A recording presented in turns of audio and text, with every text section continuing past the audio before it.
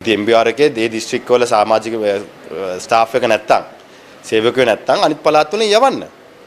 යවලා කඩිනමින් ඒ බිම් වල තමන්ගේ ගම් බිම් වලට යන්න පුළුවන්ද බැරිද කියන ප්‍රශ්නෙට උත්තරයක් දෙන්න.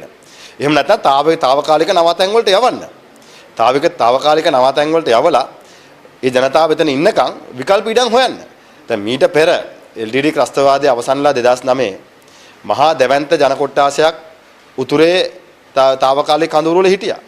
මේක ඉතාමත් කෙටි කාලයක් ඇතුළත ජනතාව නැවත ගම්බිම් වලට යවන්න පුළුවන් එදා පරිසරයක් තිබ්බා. වැඩපිළිවෙලක් ක්‍රියාත්මක වුණා.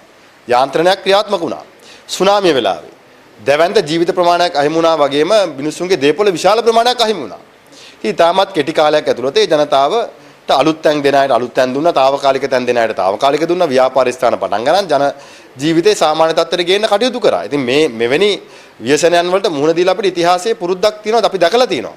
ඉතින් ආණ්ඩුව ඒවෙන් ඉගෙන ගන්න ඕනේ. ඒවට වෛර කළා මේ 76 අවුරුදු සාපේන්ද අපිට ඔය අදාළ වෙන්නේ නැහැ කියන මානසිකත්වයෙන් නැතුව මේ ප්‍රශ්නයක් ඇහුවම මිනිහෙක් ඇවිල්ලා මිනිස්සෙක් ඇවිල්ලා අසරණ වුණාම තමන්ගේ දුක කිව්වම ඒක විහිළුවට ගන්න නැතුව මේ කාරණේට විසඳුමක් දෙන්න කටයුතු කරන්න ඕනේ. ඉතින් පෙර නායකයෝ කරපු දේවල් දිහා